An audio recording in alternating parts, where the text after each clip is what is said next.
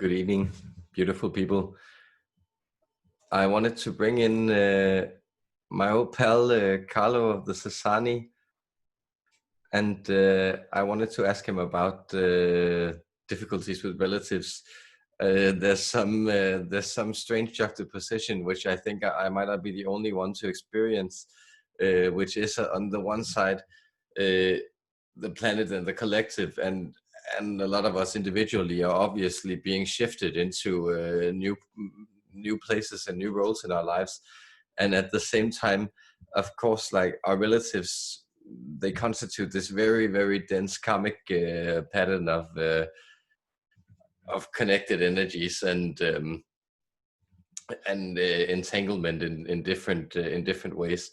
So I thought it might be interesting to get a perspective on it.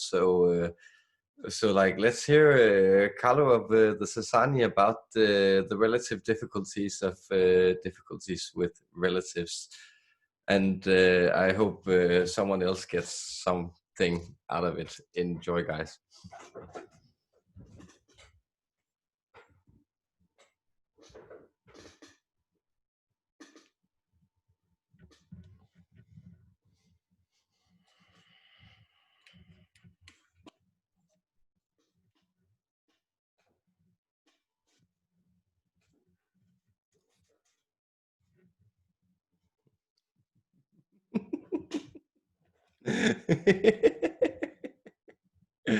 Yes, and hello.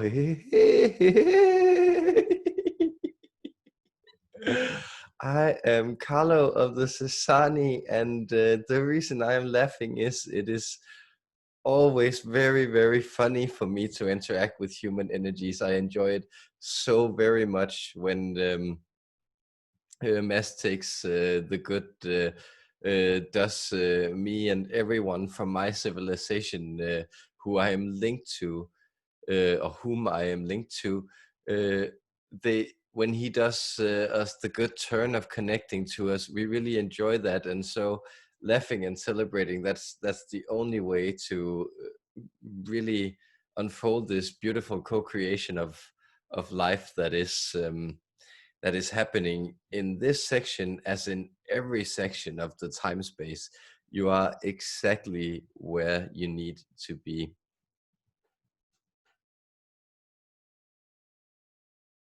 Today you have asked us, or Mass has asked us about the difficulty you may encounter in dealing with family. And family, again, this term is a strange one. We know that it has undergone a lot of changes in your history.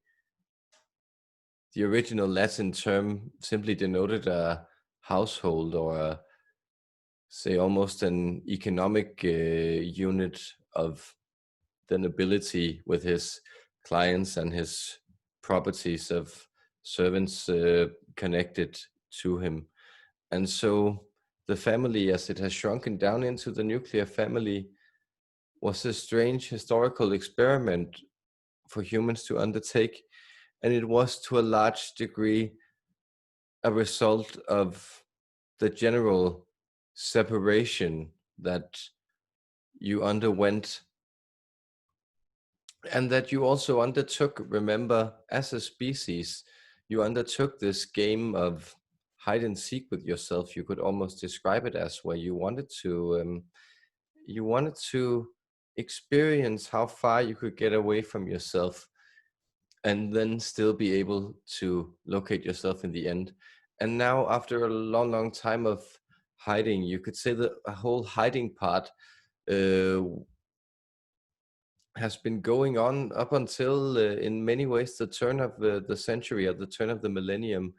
And then the seeking part. Now you are trying to find yourself, not only literally, but also as a species. And finding yourself entails looking through a lot of stuff that you really don't feel you necessarily need to look at. Rummaging through all those boxes and hideaways and just, old memorabilia and stuff that's almost trash, but not quite so much trash that anyone ever really worked up the nerve to throw it out. There's a lot of that stuff sitting around in your own lives, and there's even more of that stuff sitting around in the family unit. And now when we say family unit, we describe the nuclear family, that is the family understood as at least in its conception, or let us say inception, it is the family unit. You can understand it as father, mother, and perhaps two or three kids. This is a sort of comfort arrangement for human beings. It has been very interesting to observe from the other dimensions and realms where such entities, such as myself and my brethren, we reside. It has been very interesting to observe how you have tried to make something that is obviously a closed circuit act as a homeostatic unit. So you have built your conception of family sort of like a machine where someone partakes in functions and you play a role, an assigned role in your lives. And by this exchange of functions and the satisfaction of different needs, you imagine that a certain product called happiness or bliss should emerge from the other side. I hope you hear how silly this all seems. The thing about machines compared to organisms is that they are in no way homeostatic. You need a self-sustaining system to sustain that system of mechanic organization. And so this is in many ways how your system of consumption has worked for you. So what you have found was lacking in the family unit as a species, you have tried to fill in by consuming more, so adding more to the doll's house. And if any of you grew up with, well, Messi grew up with a sister, so he was also used to witnessing like girl playing with Barbies, and essentially you can see Barbie is the quintessential dream of the modern family conception. And it was, if any of you are familiar with the works of Philip K. Dick, he, in some of his stories, he reconstructs this universe where colonists are hiding in a sort of post-apocalyptic world in beneath surface dens, and the adults, they spend all their times playing with toy sets of a doll called Perky Pat, who's living the dream life that they never got to have in that life that went before the destruction of their normal lifetime. And so that is what many of you are experiencing right now as you are venturing into the unknown. It is that you are longing for things that weren't necessarily there at any point, and you feel that through connection to family patterns, or through connection to, let us say, that whole structure of unity through duality, that is where you think that simply mirroring yourself in another person and then creating a closed circuit with you and the offspring within that circuit, that would be in any way enough to sustain either the spiritual or the material life of a human being. It simply isn't. And it is a very rare personality that thrives, and that thrives with his or her spouse along with them in that situation.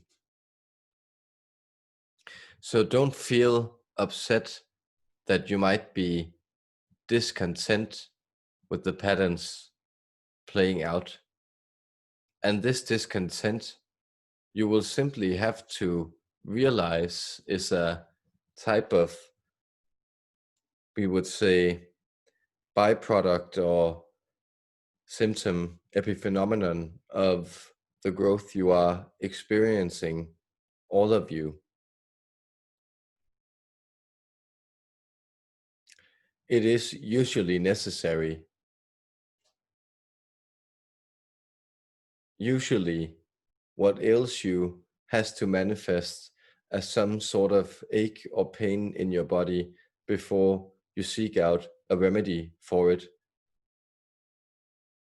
And notice a lot of what aches you in your body can be, if not completely avoided, then at least somewhat perturbed or changed into a better way of function, and gradually by you changing your attitude and awareness of it and acting more consciously in that manner.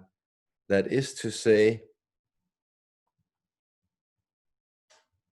if you find that your knee is hurting, you may start trying to place your weight differently on your feet when you walk. And do the same with your family members when you find the frustration or the conflict or the lack of mutual understanding or the inability to exchange love too heartbreaking to endure, then you may have to sit it out and let the wound heal for a little while, just like a fracture is allowed to heal. And then you might start retraining it in a different way, starting putting pressure on different parts of the foot, starting to grapple and grab differently with your hands after your shoulder has been dislocated. We hope that the metaphor is coming through to many of you. What we are encouraging you to is to understand that on this shifting plane and in these great shifting planes where the train has left the station and you are heading into the radically unknown, but also the radically more fulfilling and more joyful, you will experience that there is a lot of grief that needs to be integrated, and simply allow this grief to be a type of comfort. It is comforting. It is a celebration that you are alive, that you should be able to enact special experiences such as grief, which is a celebration that you held something dear that is still alive and that is requiring sorrow to stream out of you and to be recognized in the world. We feel that this is a dense message that we have presented to you, but we also feel that the love that has been emitted in this transmission, that love has reached the hearts of those listening who were bound to listen to this and to be touched in their heart spaces in exactly the way that was purposeful for them to experience in this great co-creative, unfolding, flowering situation of reality. We leave you with this and bless you with a prayer that we will say over you, tuning in with vibrations of light language. Klamal ambangal ambangatal aspalangam bambalal alabambala alabambala alabambala alabambamba ah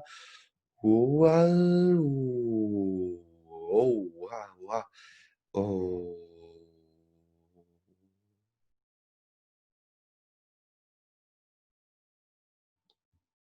A repetitive song of click-clacking, loving vibrations are softly lulling you into the dream spaces that you have so longed for to experience, that you mistook these dream spaces for only dreams when they are the truest of true realities within you.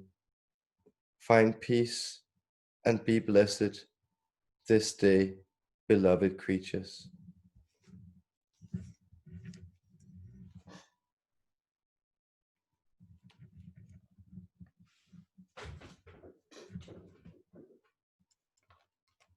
Wow, that was fun interacting with his energy again. I feel like it has grown a lot since I first I first let him through.